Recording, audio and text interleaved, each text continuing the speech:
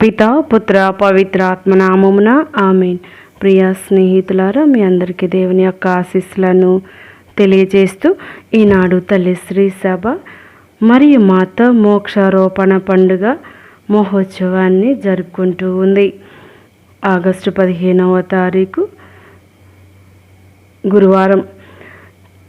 ఈనాడు తల్లి యొక్క గొప్పతనాన్ని భక్తితో ధ్యానించుదాం. ప్రపంచంలో యేసు సువార్త బీజాలు వెదజల్లబడిన ప్రతి చోట మరియ మాత పట్ల భక్తి ప్రవక్తలు అంకురించాయి. జాతి, మతం, ప్రాంతం, భాష తదితర తారతమ్యాలకు అతీతమై ప్రపంచమంతటా ఆమె పట్ల భక్తిభావం ప్రజ్వరిల్లింది. ఆమె కీర్తి మహిమలు విశ్వమంతటా వేనోళ్ల పొగడబడుతున్నాయి. తల్లి శ్రీసభ మరియ మాత పేర ఎన్నో పండుగలను, ఉత్సవాలను కొనియాడుతూ ఉంది. ఆగస్టు 15 మనం మరియ మాత మోక్షారోపణ పండుగను జరుపుకుంటాం. మరియ మాత ఆత్మ శరీరాలతో పరలోకానికి చేరుకున్నారన్నది శ్రీసభ ప్రకటిత సత్యం. ఈ మేరకు మరియ మాత మోక్షారోపణం గురించి కొన్ని ముఖ్యమైన విషయాలు చర్చిద్దాం. మరియ మాత మరణించారా? మరియ తల్లికి పవిత్రాత్మ ప్రభావంతో నీవు దేవుని తల్లి కాబోతూ ఉన్నావు. దేవుడు తన ప్రియ కుమారునికి నిన్ను తల్లిగా ఎంచుకున్నారని చెప్పిన గాబ్రియేలు దేవదూత మరోమారు అనగా మరియ తల్లి యొక్క చివరి రోజుల్లో దర్శనమిచ్చి మరియ తల్లితో, ఓ అనుగ్రహ పరిపూర్ణురాల, మీకు శుభము, మీకు వందనం, మీ సద్భావనని గూర్చి దేవుడు తెలుసుకున్నాడు. మీ విశ్వాస జీవితాన్ని చూసి దేవుడు ఎంతో సంతోషిస్తున్నారు. మీరు పరలోక రాజ్యానికి వచ్చుటకు సిద్ధంగా ఉండమని దేవుడు మీకు తెలియచేయమన్నాడు అని దూత మరియ తల్లితో చెప్పారు. వెంటనే మరియ తల్లి, ఇదిగో నేను ప్రభు దాసురాలను, నీ మాట చొప్పున నాకు జరుగునుగాక అన్నారు.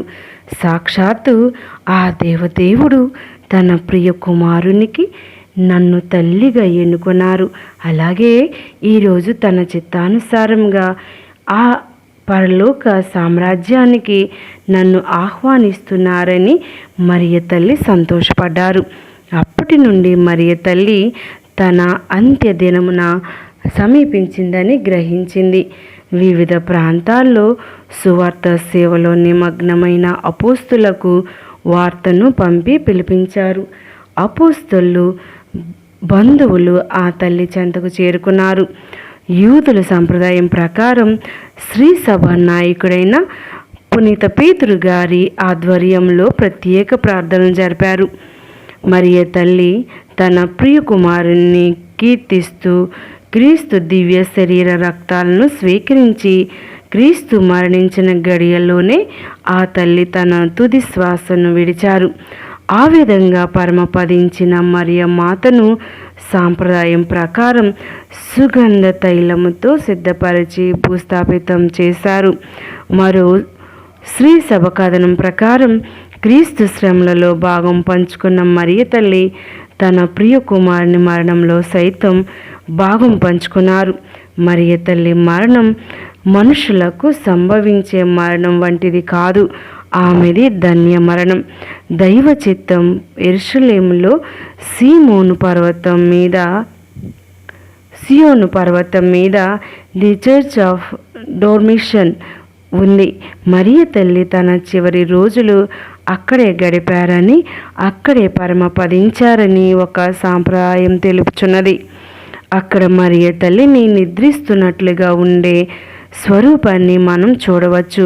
ఒలివ్ ప్రాంతం క్రింద భాగాన గెత్సెమనే తోట ప్రక్కన కేద్రోను వాగుపై భాగమున మరియ తల్లి సమాధి, దాని మీద నిర్మితమై దేవాలయం ఉంది. పురావస్తు శాఖ ఇది 1వ శతాబ్దానికి చెందిన సమాధిగా గుర్తించింది.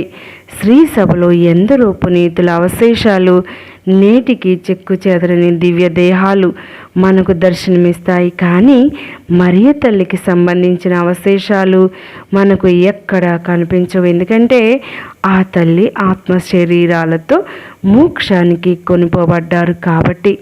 క్రీస్తు మోక్షారోహణాన్ని మరియమాత మోక్షారోపణానికి ఉన్న తేడా ఏంటి? క్రీస్తు మరణాన్ని తనంతట తాను గెలిచి లేవడాన్ని మోక్షారోహణం అంటాం. మరియమాత దేవుని శక్తి ద్వారా ఆత్మ శరీరాలతో మోక్షానికి వెళ్ళారు. దీనిని మనం మోక్షారోపణం అంటాం. పునీత తోమా గారి సజీవ సాక్ష్యం. మరియమాత మరణించినప్పుడు అందరూ అపోస్తలులు ఆమె చెంతనే ఉన్నారు. అప్పుడు తోమా గారు భారతదేశంలో సువార్త సేవలో ఉన్నారు. ఆలస్యంగా అచ్చటకు చేరుకున్న పునీత తోమస్ గారు, నేను మరియ తల్లి దివ్య దేహాన్ని ఖచ్చితంగా చూడాలని పట్టుకొని ఉన్నప్పుడు శిష్యులు పునీత తోమస్ గారి కోరిక ప్రకారం సమాధిని తెరిచి చూస్తే ఇక్కడ మనం ఒక విషయాన్ని గమనించాలి. యూదుల కాలంలో సమాధులు ఇప్పుడు ఉన్న సమాధుల్లాగా ఉండేవి కావు. రాతి సమాధులు. ఉదాహరణకి లాజరు, క్రీస్తు భగవానుడి సమాధిని మనం చూడవచ్చు. మరియ తల్లి సమాధి కూడా ఆ విధంగానే ఉంది. ఆ తల్లి ధరించిన వస్త్రాలు మాత్రమే అచ్చట లభించాయి. ఈ సంఘటనను చూసిన శిష్యులందరూ కూడా ఆశ్చర్యచకితులయ్యారు.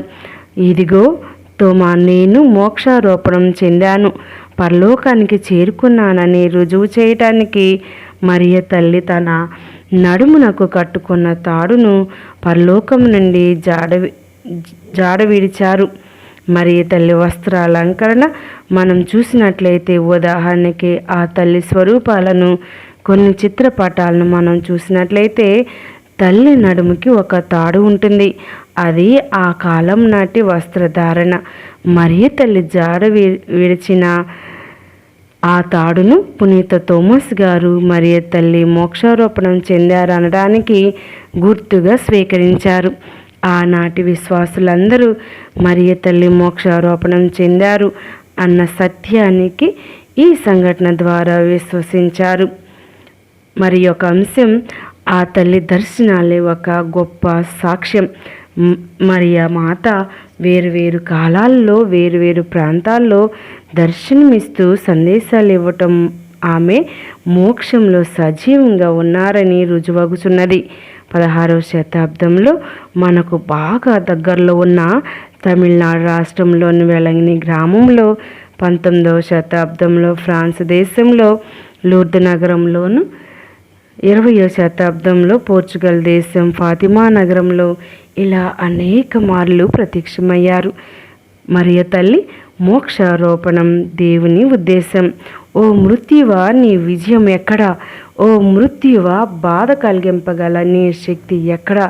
మరణపు ముళ్ళు పాపమునకున్న బలం ధర్మశాస్త్రమే. కొరింథీయులకు రాయబడిన మొదటి లేఖ 15వ అధ్యాయం 55-56 వచనములు. పాపం వల్ల మనిషికి మరణం సంభవించినది. మరణించిన దేహాలు అన్నీ కూడా మట్టిలో మన్నైపోతాయి. కానీ మరియ తల్లికి మా పాపం అంటూ ఏదీ లేదు. ఆమె జన్మ పాప రహితోద్భవి, నిష్కళంక మాత. జన్మ పాపం, కర్మ పాపం అంటని పావనమూర్తి. అంచేత ఆమె పవిత్రమైన దేహము కుళ్ళి మన్నైపోవడం అవసరం లేదు. పవిత్ర ఆత్మరూపంలో ఉన్న ప్రభువుకు మరియ తల్లి రక్తమాంసాలు ప్రసాదించి ఈ లోకానికి త్యాగం చేశారు. దైవ చిత్తాన్ని అనుసరించి తన జీవిత యాత్రలో ఎన్ని కష్ట నష్టాలు సంభవించినా పట్టు విడవని ఆత్మవిశ్వాసంతో, దేవుని పట్ల గాఢమైన విశ్వాసంతో క్రీస్తును పెంచి పోషించారు. మరియు మాత పవిత్ర దేహం క్రీస్తుకు మందసం. క్రీస్తును ముద్దాడి పెంచి పోషించి పాలిచ్చిన ఆ తల్లి దివ్య దేహాన్ని మట్టిలో కలిసిపోవటానికి దేవుడు ఇష్టపడక ఆ తల్లిని ఆత్మ శరీరాలతో మోక్షానికి ఆహ్వానించుకున్నారు. ఇది దేవుని చిత్తం. ఇది దేవుడు మరియ తల్లికి వసిగిన గొప్ప బహుమానం. మరియ మాత మోక్షారోపణం విశ్వాస సత్యం. మరియ మాతకు సంబంధించిన విశ్వాస సత్యాలను దైవార్చనలో వివిధ పండుగలుగా శ్రీసభ కొనియాడి స్మరిస్తుంది. శ్రీసభ ప్రాచీన కాలం నుండి నమ్ముతూ వస్తున్న మరియ మాత జీవిత విశేషాలను కథోలిక విశ్వాస సత్యాలుగా ప్రకటించి వాటి స్ఫూర్తితో మన జీవితాలను ధన్యం చేసుకోమంటూ పిలుపునిస్తోంది. 18వ శతాబ్దంలో అప్పటి 15వ బెనడిక్ట్ పోపు గారు మరియ మాత మోక్షారోపణం సత్యమైందని, దాన్ని ఒక గొప్ప పండుగగా కొనియాడాలని ప్రోత్సహించారు. 1868 మొదటి వాటికన్ సభలో కూడా ఈ విషయాన్ని చాలామంది మెత్రాన్లు, గురువులు, కథోలిక విశ్వాసులు ఈ సత్యాన్ని శ్రీసభలో ధృవీకరించాలని పట్టుబట్టారు. అయితే దీనిని శ్రీసభ విశ్వాస సత్యంగా 1950 నవంబర్ 1వ తేదీన సకల పునీతుల మహోత్సవం నాడు ప్రకటించింది. అదేవిధంగా భక్తినాథ పోపు గారు ప్రతి ఏటా ఆగస్టు 15న మరియ మాత మోక్షారోపణ మహోత్సవాన్ని జరుపుకోవాలని అధికారపూర్వకంగా సిద్ధాంత పత్రాన్ని జారీ చేశారు.